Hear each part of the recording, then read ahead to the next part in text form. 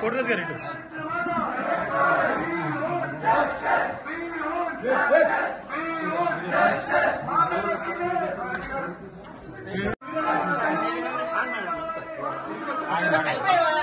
ఒకసారి ఒకసారి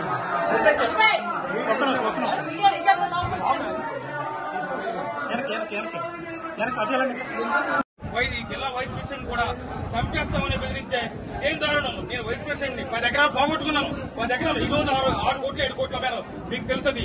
10 ఎకరాలు పోగొట్టుకుంటే ఈ రోజు నన్ను చంపుతారని రోడ్డు మీద అడ్డంగా వచ్చి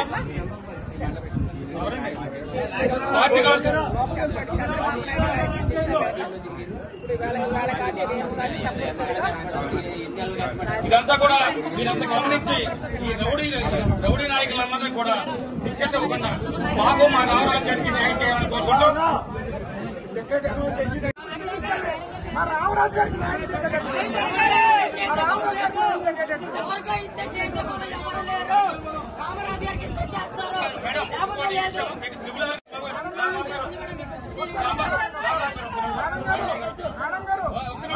నానా కష్టాలు ప్రజలు పడుతుంటే మా నియోజకవర్గం ఎంపీ రాలేదండి.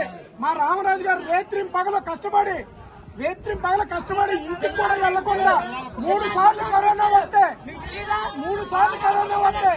ఉండి మనలో మొత్తం ప్రతి గడప ప్రతి ఇల్లు నా కుటుంబం నా వాళ్ళు కార్యకర్తల కోసం ఆర్మీస్ పోరాడిన వ్యక్తి అంటే ఆర్మీస్ పోరాడిన వ్యక్తి ఒక ఎంపీ అనే వ్యక్తి కరోనా వచ్చి ప్రజలందరూ నానా కష్టాల్లో ఉంటే ఒక మొదలు కూడా చూపించలేని వ్యక్తి అటువంటి వ్యక్తికి టికెట్ కేటాయిస్తారా? మా రామరాజు గారు కేటాయిస్తారా? అధిష్టానాన్ని మేము అడుగుతున్నాం. మీరు అధిష్టానం దృష్టి తీసుకెళ్ళాలి. మీరు అధిష్టానం దృష్టి తీసుకెళ్ళాలి.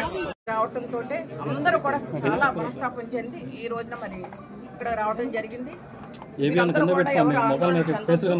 ఎందుకంటే ఒక ఎమ్మెల్యేగా పనిచేసి ప్రజల్లో ఉన్న మనిషికి మళ్ళీ ఆ స్థానం లేదంటే ఎవరికైనా బాధ కలగటం సహజం.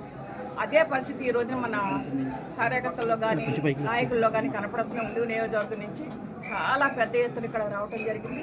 మీరందరూ ఎవరో కూడా ఆందోళన చెందొద్దు. తెలుగుదేశం అంటే ఒక కమిట్మెంట్ గల పార్టీ, క్రమశిక్షణ గల పార్టీ. మన జాతీయ అధ్యక్షుడు నారా చంద్రబాబు నాయుడు గారు ప్రతి ఒక్కరికి కూడా న్యాయం చేసే విధంగా మరి అధికారం ఉన్నా లేకపోయినా ఒక పోరాడే మనిషి మన చంద్రబాబు నాయుడు గారు.